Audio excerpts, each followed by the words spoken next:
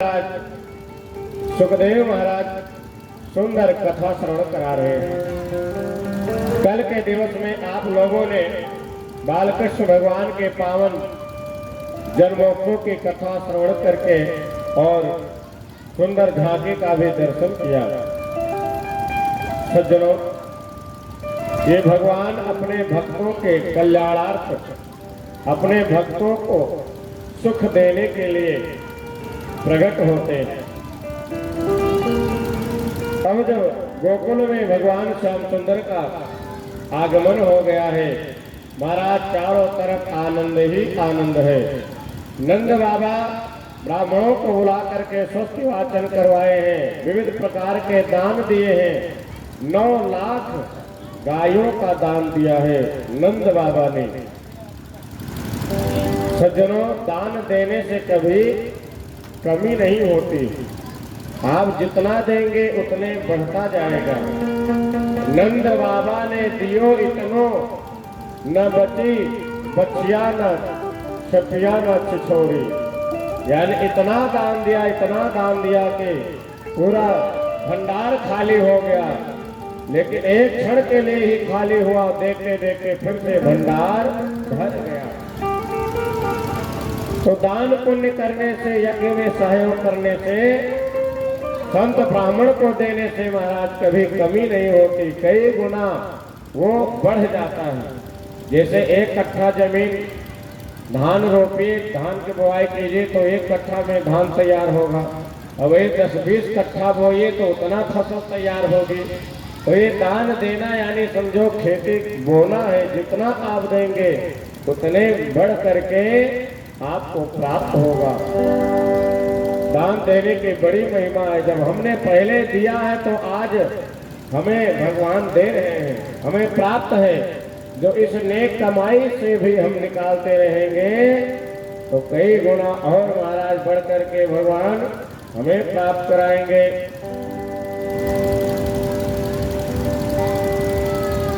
महाराज आनंद ही आनंद है गोकुल में। धेनूनां न्यूते प्रादा विप्रेभ्यः समलंकृते, तिलादीन सप्तरत्नौघा शातकौम्भाम्बरावृतान्।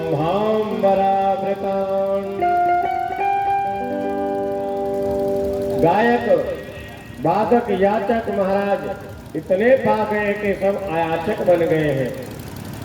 एक बंदीगण महाराज चांदी के पात्र लेकर के जा रहा था। दूसरा मिला, पूछ रहा है तुमको बधाई में क्या मिला है? उसने कहा हमें तो चांदी के बर्तन मिले, चांदी की थाली, चांदी के महाराज लोटा गिलास मिले हैं। उसने कहा तो चांदी के ही तुमको मिले? अरे हमें देखो, मुझे तो सोने के बर्तन मिले हैं, सोने की थाली मिली है, सोने की कटोरी मिली है। अच्छा भैया, ये कहाँ बट रहा था? अरे 3 नंबर गेट पर सोने की थाली लुटाई जा रहे थे। अब वो चांदी का बर्तन फेंक करके और भगा नंद बाबा के भवन में 3 नंबर गेट पर जा करके सोने की थाली लूट लिया, बधैया में प्राप्त किया। अब लेकर के आ रहा था, रास्ते में और कुछ उसके साथी मिले, पूछते हैं कि भैया आपको क्या मिला नेग में? अरे मुझे देखो सोने की थाली मिली है। बोले सोने की थाली? बोले बस यही लूट करके लेकर के आए, यही बधैया में पाए। तो आप बताओ आपको क्या मिला है? तो उसने कहा हमें तो हीरे जवाहर के बेशकीमती रत्न मिले हैं। अब वो सोना भी छोड़ करके फेंक करके और हीरा जवाहर लूटने के लिए दौड़ पड़ा बधैया लेने के लिए। इस तरह महाराज आनंद ही आनंद है। जो गोकुल के गांव से दूर के जो गोपियां हैं, उनको लगता कि कभी नंद बाबा के यहाँ भी कोई पुत्र हो तो हम भी बधैया देने चले। नंद बाबा सबके घर पर पहुंचते थे। कोई भी मांगलिक कार्यक्रम हो, निमंत्रण मिल जाए तो पूरा मांगलिक द्रव्य और सारा महाराज गिफ्ट ले, भेंट सामग्री लेकर के पहुंचते। आज सब प्रतीक्षा करते कि कभी नंद बाबा के यहाँ कोई उत्सव हो, 80 साल के हो गए थे, मानो पत्थर पर धूप जम आई हो। ओ महाराज, ऐसे समय में आज जब सूचना प्राप्त हुई है कि नंद बाबा यशोदा मैया के यहाँ सुंदर लाला का जन्म हुआ है, तो सारी गोपियां ये दिव्य मांगलिक द्रव्य सजा करके, दही माखन लेकर के, मिश्री लेकर के और सुंदर लड्डू बना करके सब झुंड के झुंड चल पड़ी है। अजिया सास के जमाने के जितने जेवर गहने थे महाराज, हार और कड़ा छड़ा सब पहन करके, 14 श्रृंगार करके और श्याम सुंदर प्रभु के मुखमंडल का दर्शन करने के लिए सब महाराज चल पड़ते हैं और आपस में बड़ा सुंदर गीत गाते हुए आ रहे हैं। सुखदेव मुनि कहते हैं गोपियां जब चली हैं तो कैसे इनके चलने की शोभा है। ये जो इनके कानों के कुंडल हैं, ये मानो मारे खुशी के झूम रहे हैं, नृत्य कर रहे हैं। जब चलते हैं मोटी मोटी गोपियां हैं, जब चलती हैं तो इनके कान के कुंडल महाराज हिलते हैं, तो अनुभव कर रहे हैं मारे खुशी के झूम रहे हैं। मालती फूलों के द्वारा श्रृंगार किया है गोपियों ने। मालती फूल आप लोगों ने देखा है, जो दक्षिण भारत के तरफ उधर महिलाएं बाल में गुथती हैं, चोटी में लगाती हैं फूल को, तो हाँ, जूड़ा में जो लगाया जाता है, तो वही गोपियों ने अपने जूड़े में सुंदर श्रृंगार किया है और इन फूलों को लगता है कि भगवान से मिलने के लिए जा रही है। तो ऐसे जो उत्कृष्ट, जो श्रेष्ठ भक्त हैं, जो भगवान से मिलन करने के लिए जा रही हैं, इनके सिर पर बैठने से शोभा नहीं है। अरे इनके चरण की धूली मिल जाए तो हमारा जीवन धन्य हो जाएगा। ये सोच करके मानो फूल टूट टूट करके नीचे गिर रहे हैं। बड़ा सुंदर श्लोक सुखदेव मुनि ने कहा है। जो संस्कृत के श्लोक है ना, ये भले इसका अर्थ हमें समझ में ना आए, लेकिन कान के माध्यम से हम सुनेंगे, हृदय पटल पर ये ध्वनि जाएगी तो हमारा मंगल होगा, कल्याण होगा। किस प्रकार? जिस प्रकार हम दवा खाते हैं, डॉक्टर ने दवा दिया, हमने बीमारी बताई, तो वो दवा के बारे में सब कुछ जान करके थोड़ी खाते हैं कि इसमें क्या क्या चीज़ मिलाया गया है और कहाँ ये कैसे बनाया गया है दवा। सब कुछ इतना जान करके तब थोड़ी दवा खाते हैं। डॉक्टर के ऊपर विश्वास करके हम दवा खाते हैं, आराम हो जाता है। उसी प्रकार ये वेद मंत्र जो संस्कृत के श्लोक है, ये भी औषधि है, दवा है। इसको भी विश्वास करके हम खाएंगे, श्रवण करेंगे तो हमारा कल्याण हो जाएगा। सुखदेव मुनि कहते हैं ये कैसे गोपियां आ रही हैं। गोप्या समृष्टमणि कुंडल निष्कंठा नेत्रांबरा पथ शिखाच्युत माल्यवर्ता नंदालयं समलया भ्रजते व्यालोल कुंडल पयो धरहार शोभा व्यालोल कुंडल पयो धरहार शोभा। ऐसे महाराज सब बड़े ही झुंड के झुंड ये सखियां नंद भवन में आ रही है बधाई देने के लिए, यशोदा मैया को बधाई देने के लिए और बधाई लूटने के लिए भी आ रही है। आइए हम लोग भी एक बार मन से गोकुल भवन में चलते हैं। सब क्या गा रही सखिया? चलो देखिया वे नंद घर लाला हुआ, चलो देखिया वे नंद घर लाला हुआ, चलो देखिया वे नंद घर लाला हुआ, चलो देखिया वे नंद घर लाला हुआ, चलो देखिया वे नंद घर लाला हुआ, चलो देखिया वे नंद घर लाला हुआ। जब कुल के वंश का उजाला हुआ, वंश का उजाला हुआ, चलो देखिया नंद घर लाला हुआ, चलो देखिया नंद घर लाला हुआ, देखिया नंद घर लाला हुआ,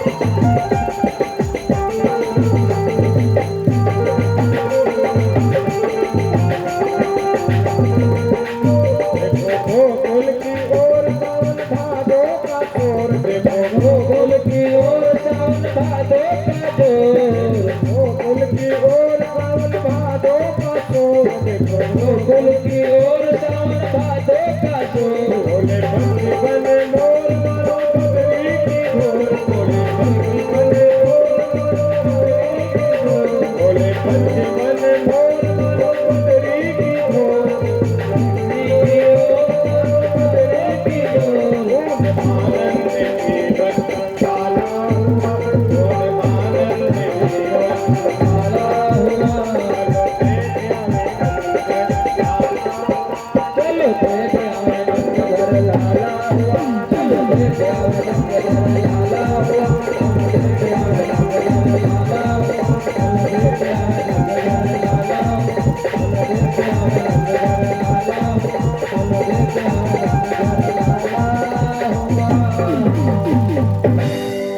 चलो देख आवे नंद घर लाला हुआ, चलो देख आवे नंद घर लाला हुआ।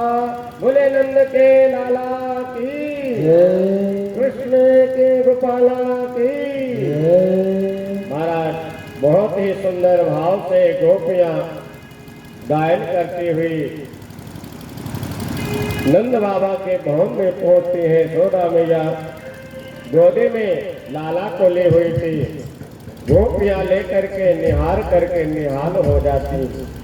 आज जीवन में मानो सब कुछ हमें प्राप्त हो गया, जन्म जन्मांतर की व्यथा दूर हो गई। श्याम सुंदर प्रभु की छटा देख करके तो आशीर्वाद दिया, भगवान भी प्रसन्न हो गए अपने भक्तों को पा करके। ये गोपियां कौन है महाराज? ये साधारण गोपियां नहीं है, ये वेद की ऋचाएं हैं। रामा अवतार में जिस समय महाराज राम जी गए थे मिथिला में, वहां के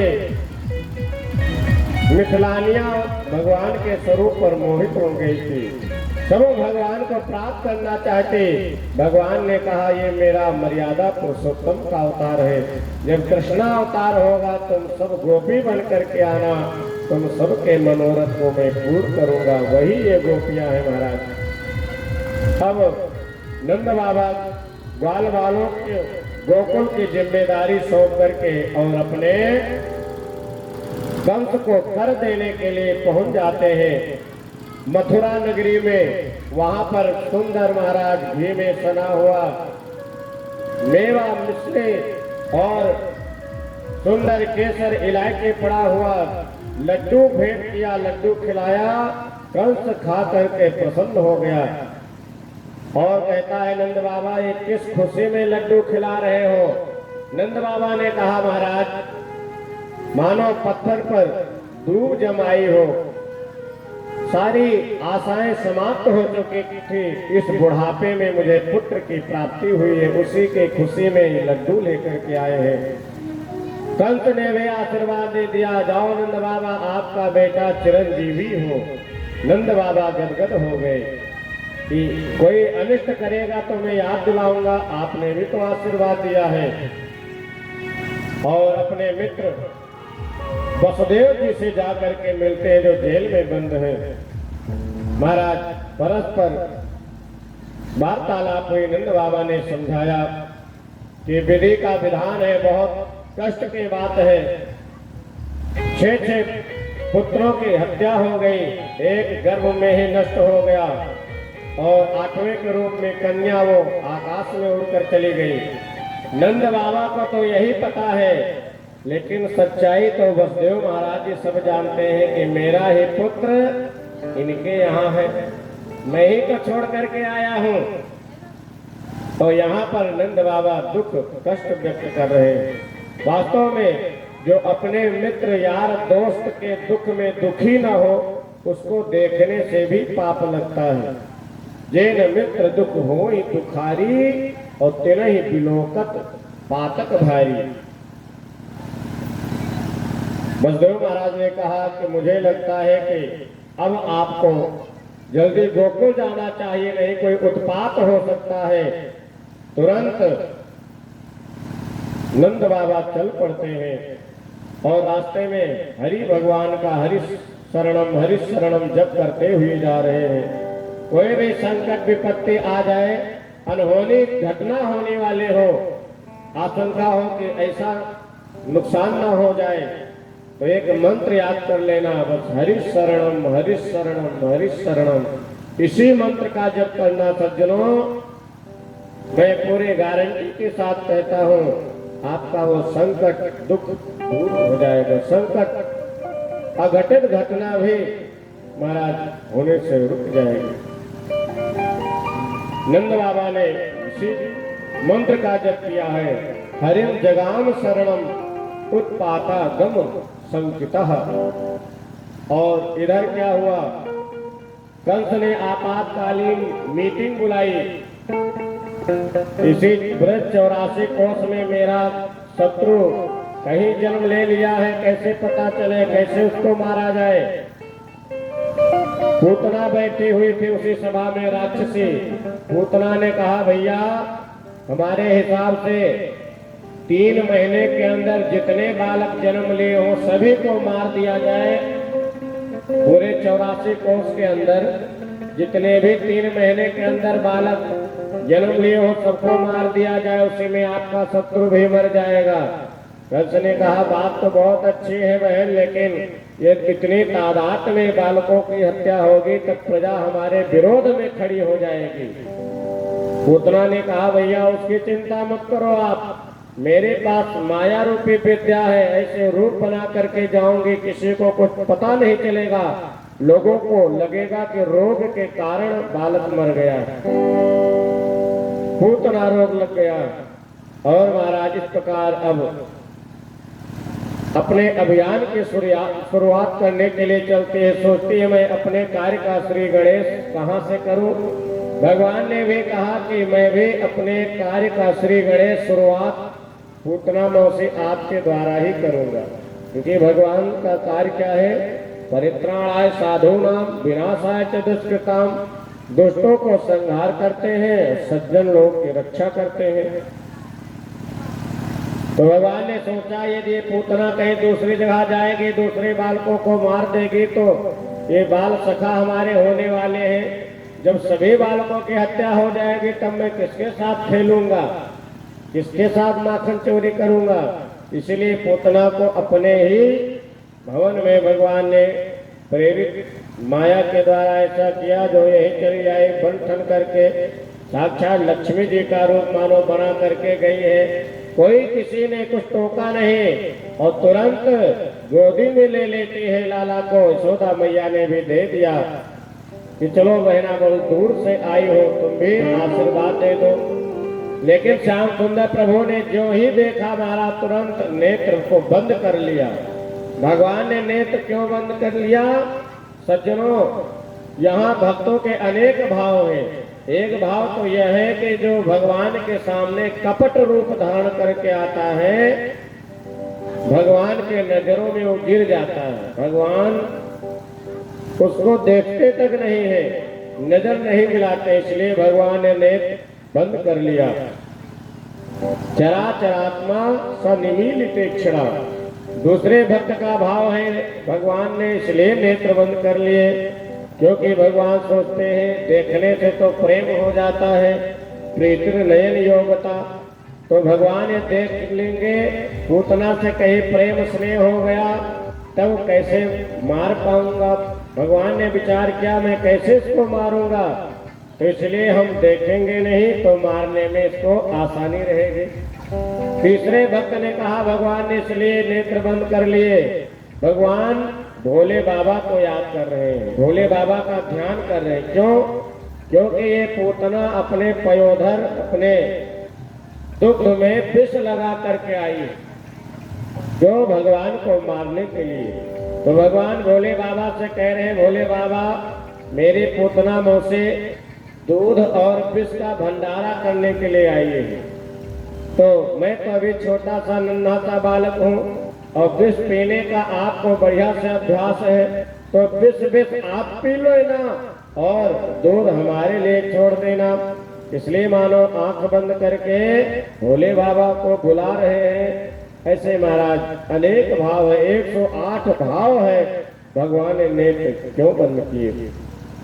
अब महाराज धीरे से कंचुकी अपने ब्लाउज को खोल करके जैसे ही श्याम सुंदर प्रभु के मुख में अपने स्तन को रखती है, भगवान ने धीरे से रख लिया, दूसरे हाथ से दूसरे स्तन को पकड़ लिया।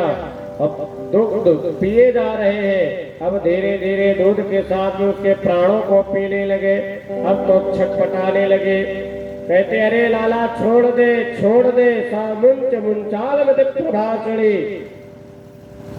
रोम रोम फटने लगे, महाराज व्याकुल होने लगे। लाला ने कहा उतना मोसिए तो संसारी लोगों का काम है कि कभी किसी को पकड़ते हैं, किसी को छोड़ते हैं, फिर किसी को पकड़ते हैं, किसी को छोड़ते हैं।